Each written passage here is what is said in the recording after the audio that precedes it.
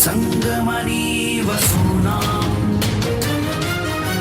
चिकितुषी प्रथमा यज्ञियानां तां मा देवा व्यदध पुरुत्रा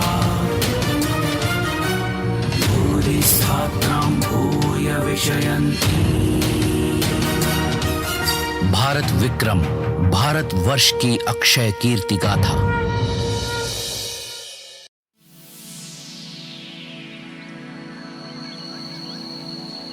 वेदों में कर्म क्रिया का सिद्धांत सभी सांसारिक और आध्यात्मिक उद्देश्यों की पूर्ति का मार्ग है। वेदों के समक्ष समर्पित महर्षि जैमिनी ने सत्य को जाना और उसके आधार पर जीवन जिया। उन्होंने सत्य को स्थापित किया कि कर्म के माध्यम से ही व्यक्ति अपने जीवन के उद्देश्य को प्राप्त करता है। अथातो धर्म जिज्ञासा, अथातो धर्म जिज्ञासा। नमस्कार। अथातो धर्म जिज्ञासा ये पूर्व मीमांसा का पहला श्लोक है जो ये बताता है कि अब हम धर्म पर विचार करेंगे। लेकिन इसके बाद संपूर्ण ग्रंथ ये बताता है कि धर्म के लिए कर्म आवश्यक है। आज विज्ञान भी कर्म की प्रधानता पर चर्चा करता है, लेकिन इसके प्रथम प्रवर्तक के विषय में आज विज्ञान जगत चुप है। आज हम उन पर ही बात करेंगे। आज के एपिसोड में हम कर्म की शक्ति को मानने वाले अथातो धर्म जिज्ञासा के उद्घोषक महर्षि जैमिनी के बारे में बात करेंगे। महाभारत के अनुसार महर्षि जैमिनी वेद व्यास के शिष्य एवं ऋषि पाराशर के पुत्र हैं। महाभारत में वर्णन आता है कि वेद को ऋग्वेद, यजुर्वेद, सामवेद और अथर्ववेद में विभाजित करने के पश्चात वेद व्यास ने इन चारों वेदों के प्रसार का दायित्व अपने चारों शिष्यों पैल, जैमिनी, वैशंपायन और सुमंतु को सौंपा। चारों वेदों में से सामवेद के ज्ञान को समझने और समझाने का दायित्व महर्षि जैमिनी को मिला। महर्षि जैमिनी की यह यात्रा उनके जीवन की यात्रा होने के साथ ज्ञान के विस्तार की यात्रा भी है। प्रश्न को महत्व देने और सत्य को खोजने की यात्रा भी है। साथ ही जीवन और ईश्वर के रहस्यों को समझने के महत्व की यात्रा भी है। प्रणाम महर्षि।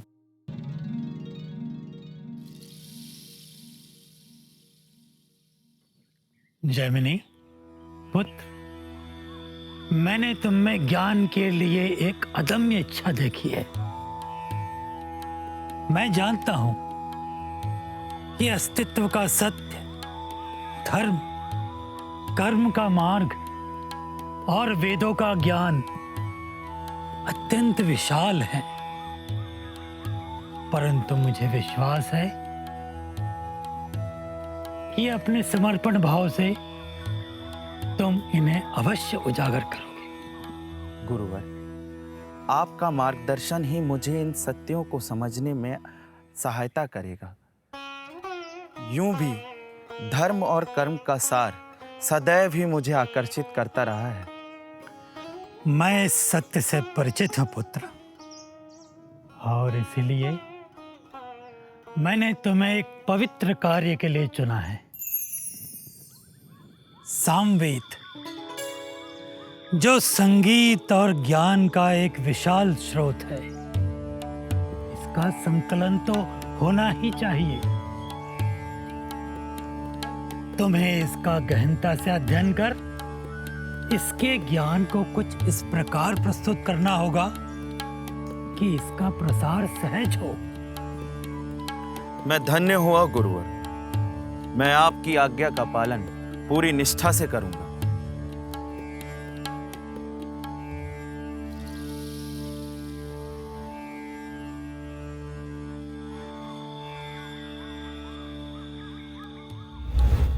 वैदिक ज्ञान और भारतीय ज्ञान परंपरा का उद्देश्य सदैव ही ज्ञान का विस्तार रहा है।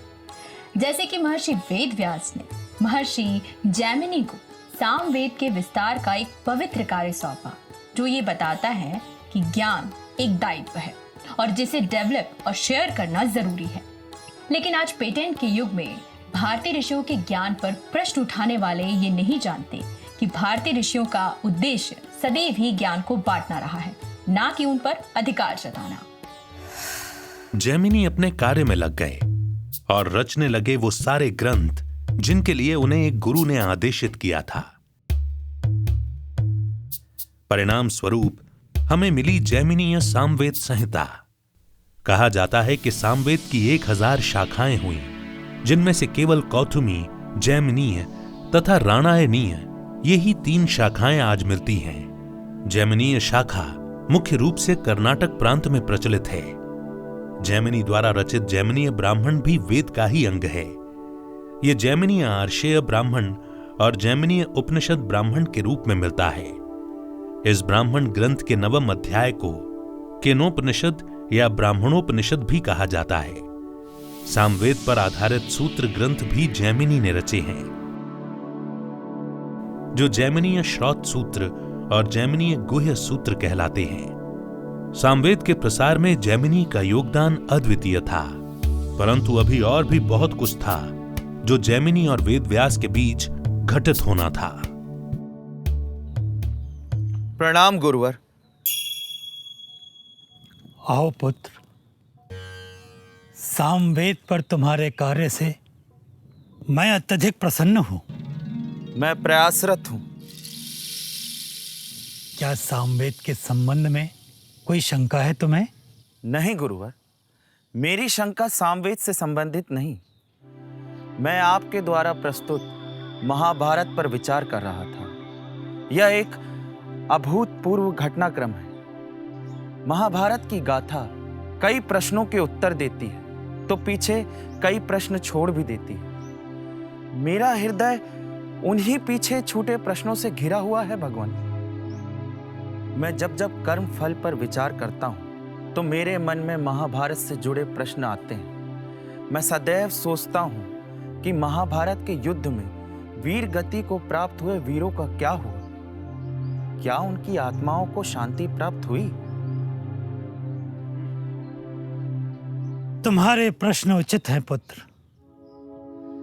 महाभारत में जो युद्ध सामने से हुआ वो तो सबने देखा, पर उस युद्ध के पीछे भी कई युद्ध हुए। इस महान गाथा के पीछे अनगिनत गहरे अर्थ छिपे हैं, परंतु उनके उत्तर मैं नहीं दूंगा। परंतु क्यों गुरुदेव? क्योंकि मैं अपने ढंग से यह गाथा कह चुका हूं। अब तुम्हें एक नई दृष्टि की आवश्यकता है, और इस दृष्टि को पाने के लिए तुम्हें महर्षि मार्कंडेय की शरण में जाना होगा। उनका ज्ञान अपार है। मुझे विश्वास है कि वे ही तुम्हें मार्गदर्शन दे सकते हैं। मैं अविलंब उनके आश्रम जाऊंगा गुरुवर। स्मरण रहे पुत्र, ज्ञान कमल की पंखुड़ियों की भांति परतों में बटा होता है। जिस प्रकार एक प्रश्न कई उत्तरों की ओर ले जाता है, उसी प्रकार एक उत्तर कई नए प्रश्नों को भी जन्म दे सकता है।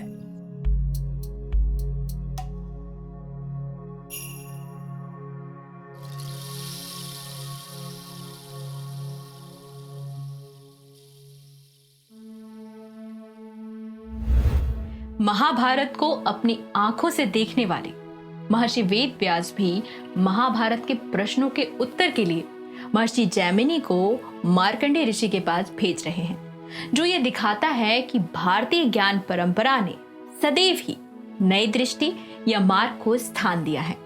यहाँ कुछ भी थोपने के स्थान पर उसके खोजने पर महत्व दिया गया है, और महर्षि जैमिनी की यात्रा भी इसीलिए वैज्ञानिक है क्योंकि वे निरंतर खोज की यात्रा पर हैं।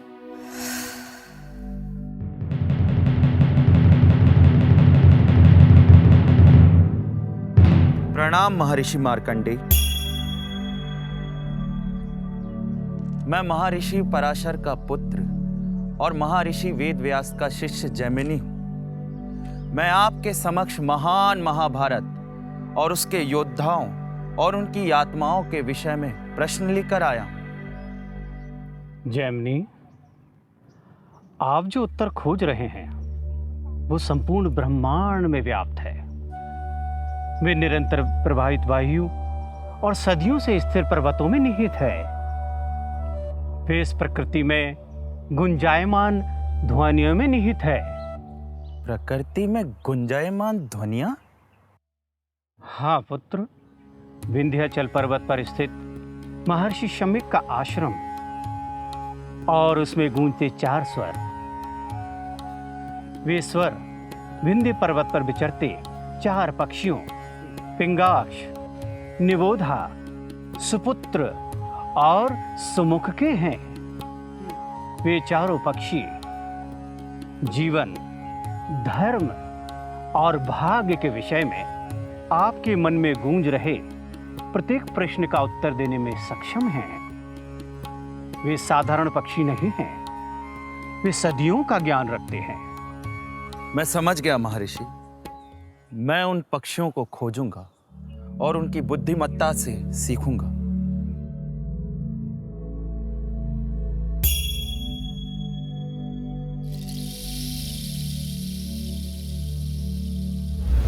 जहां वेद व्यास मार्कंडेय ऋषि का नाम लेकर नई दृष्टि देने का प्रयास कर रहे हैं, वहीं मार्कंडेय ऋषि भी महर्षि जैमिनी को विंध्याचल पर्वतों की ओर भेजकर ये बता रहे हैं कि अंत में सभी प्रश्न प्रकृति में निहित हैं, जिसे आज सभी स्वीकार कर रहे हैं। शांति और स्वास्थ्य के लिए प्राकृतिक वातावरण में रहने की बात कर रहे हैं और सत्य भी यही है कि सृष्टि के हर तत्व में ज्ञान है और जिसे पाने के मार्ग पर चल पड़े थे महर्षि जैमिनी।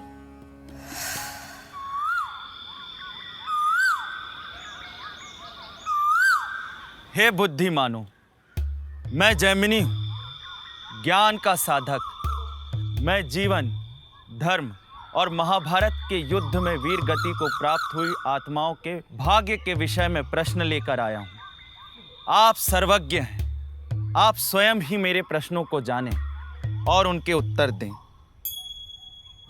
जैमिनी, तुम्हारा प्रथम प्रश्न ये है कि श्री कृष्ण जन्म क्यों हुआ, या कहें कि समस्त सृष्टि के स्वामी परमात्मा एक नश्वर शरीर को धारण करके जन्म क्यों लेते हैं। इसका उत्तर यह है कि ईश्वर मानवता को उसका उद्देश्य स्मरण कराने के लिए स्वयं को विनम्र बनाते हैं और शरीर धारण करते हैं।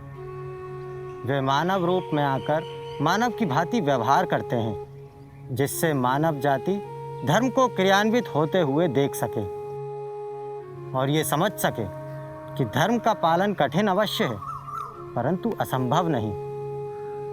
आपका अगला प्रश्न है, अग्नि की पुत्री द्रौपदी 5 पांडवों की पत्नी क्यों बनी। इसका उत्तर है कर्मफल। द्रौपदी का भाग्य कर्म द्वारा निर्धारित था। पिछले जन्म में द्रौपदी ने तप करके 5 गुणों वाला पति मांगा था और ऐसा ही हुआ। युधिष्ठिर जो धर्म का चिन्ह थे, भीम का बल अपार था, अर्जुन सर्वश्रेष्ठ धनुर्धर थे, नकुल सर्वाधिक सुंदर और सहदेव सबसे बड़े धैर्यधारी थे। ये 5 गुण एक व्यक्ति में ना होकर 5 पांडवों में मिले, जिसका अर्थ है जो इच्छाएं सहज दिखाई देती हैं, उनके दूरगामी परिणाम असहज करने वाले हो सकते हैं। तो कर्म विचार करके ही करें, क्योंकि उसका फल निश्चित है। आपका अगला प्रश्न है कि भगवान कृष्ण के भ्राता बलराम ने तीर्थ यात्रा क्यों की। इसका उत्तर है आंतरिक शांति की खोज हेतु। एक योद्धा होने के बाद भी बलराम ने तपस्या और वैराग की खोज की और तीर्थ यात्रा का मार्ग चुना, क्योंकि उन्हें ज्ञात था शक्ति और विजय क्षणभंगुर है। उन्हें ज्ञात था कि महाभारत के युद्ध के अंत में विजय कोई भी हो, मानवता के हाथ विध्वंस और अशांति ही लगेगी। इसी अशांति को संतुलित करने और शांति की स्थापना हेतु उन्होंने तीर्थ यात्रा का मार्ग चुना आवश्यकता होने पर सामर्थ्यवान को भी जनहित में शस्त्र त्याग कर शांति का मार्ग चुनना चाहिए। आपने मेरे समस्त जिज्ञासाओं का उत्तर दिया। आपने कर्मफल और भाग्य के विषय में भी चर्चा की, परंतु द्रौपदी के पुत्रों का ऐसा भयानक अंत क्यों? उन्हें किन कर्मों का फल मिला है? द्रौपदी के पुत्रों का अंत भी कर्म चक्र के कारण ही हुआ। प्रत्येक कार्य, चाहे वो उचित हो या अनुचित, आवश्यक नहीं त्वरित फल दे। कर्म सिद्धांत की ये महान योजना है। कर्म फलित होने में समय लेते हैं और आत्मा की यात्रा अपने कर्म कर्तव्यों को पूरा करने के लिए कई जन्मों तक इस चक्र में रहती है। द्रौपदी के पुत्रों के कर्म चक्र के अनुसार यही अंत निश्चित था।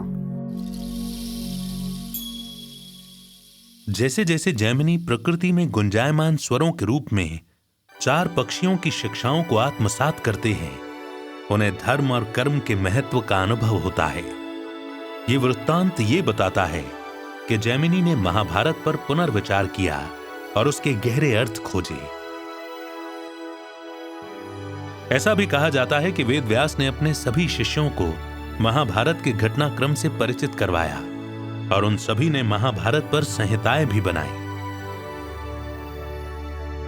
इनमें से जैमिनी का एकमात्र अश्वमेध पर्व बच गया है और सभी लुप्त हो गए। इस पर्व में जैमिनी ने जन्मेजय से युधिष्ठिर के अश्वमेध यज्ञ तथा अन्य धार्मिक बातों का सविस्तार वर्णन किया है। हमने देखा कि महर्षि जैमिनी निरंतर प्रश्न करते हैं। उनकी चिंतन शैली वैज्ञानिक है। उनका विश्वास अन्वेषण में है और जिज्ञासा उनका परम धर्म है। उसी जिज्ञासा के साथ वे धर्म की विवेचना या एनालिसिस करते हैं और कर्म पर बात करते हैं और एक नया ग्रंथ रचते हैं जिसे पूर्व मीमांसा कहा गया। इस विषय पर हम विस्तार से जानेंगे, लेकिन अगले अंक में। तब तक के लिए जुड़े रहिए और देखते रहिए भारतीय ऋषि वैज्ञानिक, केवल भारत विक्रम पर। अभी के लिए नमस्कार।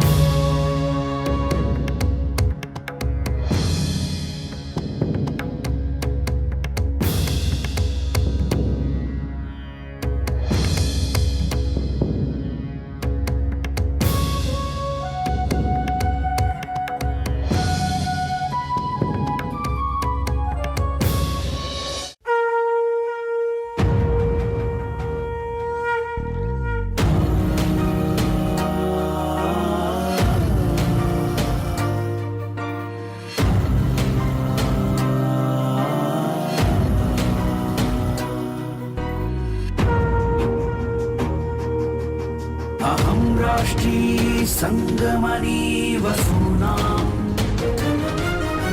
चिकितुषी प्रथमा यज्ञियानां तां मा देवा व्यदध पुरुत्रा भूरिस्थात्रां भूय विषयन्ति। भारत विक्रम भारतवर्ष की अक्षय कीर्ति गाथा।